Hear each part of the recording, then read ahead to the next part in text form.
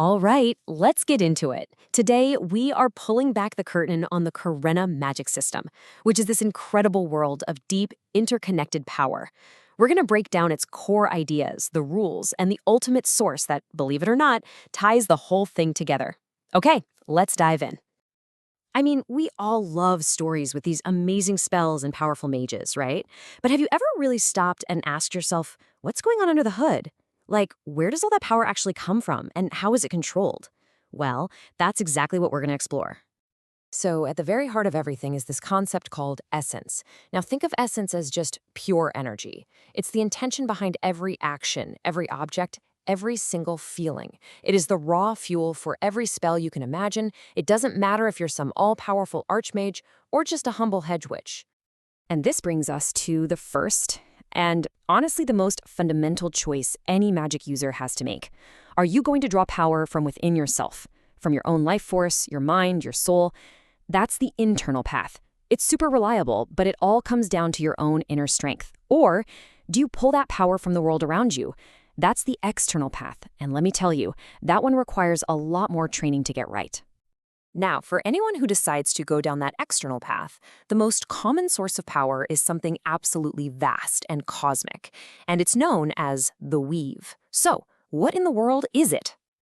The best way to picture the weave is to imagine this magnificent, totally invisible tapestry. It's made of just countless interwoven strings, and every single one is a unique channel carrying that essence all across the entire universe.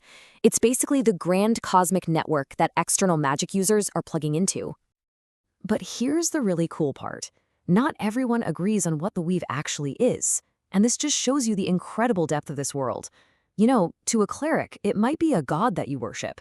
To a scholar, it's this living source of knowledge. For an internal magic user, it's actually a distraction, something blocking true self-awareness. And get this, to a scientist, it could be the fifth fundamental force of physics. And you know what? They might all be right. Okay, so you've decided you're going to draw your power from the weave. How do you actually do it? Well, it's not just about willpower, oh no. There are rules, universal principles that govern every single interaction with this cosmic network. And it really breaks down into 3 key steps. First up, sacrifice. See, magic is a transaction. You have to give something to get something. Second, you need a channel, some kind of vehicle to send your sacrifice out into the weave. And third, you need a focus, something to amplify your intention and make sure you're pulling on the exact right thread from that massive cosmic tapestry. So let's make this real. For your sacrifice, maybe you give up a little bit of your own life force. Or you could use something external like an abyss flower. For the channel, it could be a specific hand gesture or a chanted incantation. And for your focus, that could be an ingredient like dragon tongue petals to really hone in on fire energy, or maybe a super complex and powerful sigil. The bottom line is every spell is like a carefully constructed recipe of these 3 things. But here's where things get even more fascinating. The weave, as massive as it is, it's not the only game in town. There are other magical mediums out there, other sources of power that exist right alongside it. So let's take a look at what lies beyond. First, you've got the Aetherflow. Now, unlike the nice, organized weave, this is the raw, chaotic energy of nature itself. We're talking the power of a thunderstorm, the heat of a volcano. It's a source for people who can embrace its wild, untamed spirit instead of trying to control it. Then you have the Ancestral Vein. This is a deeply spiritual source. It lets a user tap into the accumulated knowledge and power of their entire family line.